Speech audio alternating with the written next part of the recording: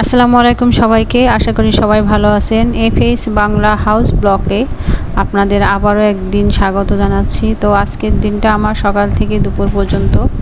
তো সকালে যে খুব দ্রুত বাচ্চাদের স্কুলে খাবার রেডি করছি, ডিম ভাজি আর সাথে বেগুন ভাজি। তো এই দুটা কিন্তু খেতে সব বাচ্চারাই প্রায় পছন্দ করে, নিজেরও কিন্তু খুবই ভালো লাগে এই ধরনের খাবার।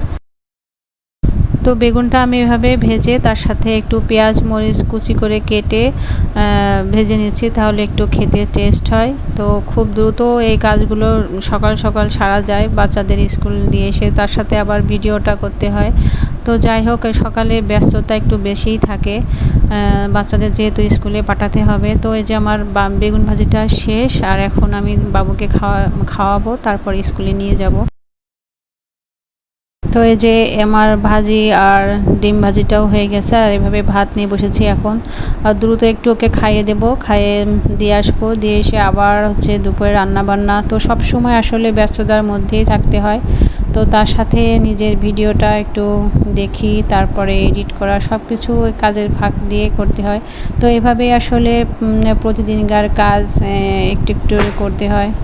তো আসলে এই যে আমি ছাদে এসেছি, দেখলাম যে কবুতরের গাছগুলো খেয়ে যাচ্ছে কিনা। প্রতিদিন সকালে এরকম ফুল ফোটে, তারপরে যে কবুতর কিন্তু খেয়ে যায়। তো দেখলাম যে না, কবুতর এই গাছগুলো এখনও খায়নি, জানি না আবার কবে খেয়ে ফেলবে। তো আমি এখানে দুপুরের জন্য রান্না বসিয়েছি, আমি উস্তে চচ্চড়ি করছি। আমি এভাবে কিন্তু প্রায়শই উস্তেটা এভাবে চচ্চড়ি করে নিই, একটু সরিষা বাটা, জিরা, পেঁয়াজ, মরিচ, রসুন এসবগুলো বেটে তারপর এটাকে এভাবে মাখিয়ে তারপরে চচ্চড়ি করি। মাছ না থাকলে কিন্তু এভাবে খেতে ভালো লাগে, আর মাছ দিলেও খেতে কিন্তু ভালো লাগে।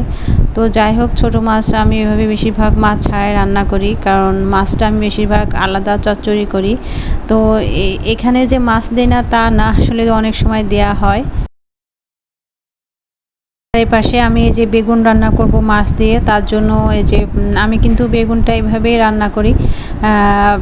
তারপরে তেল কড়াইতে দিয়ে এরপরে পানিটা দিয়ে দিই, তারপর লবণ আর হলুদ। তখন পানিটা যখন ফুটে ওঠে তখন বেগুনটা দিই, দেওয়ার পরে এবার এই বেগুনটা ঢাকা দিয়ে রাখবো, তারপরে মশলাটা পরে দিব।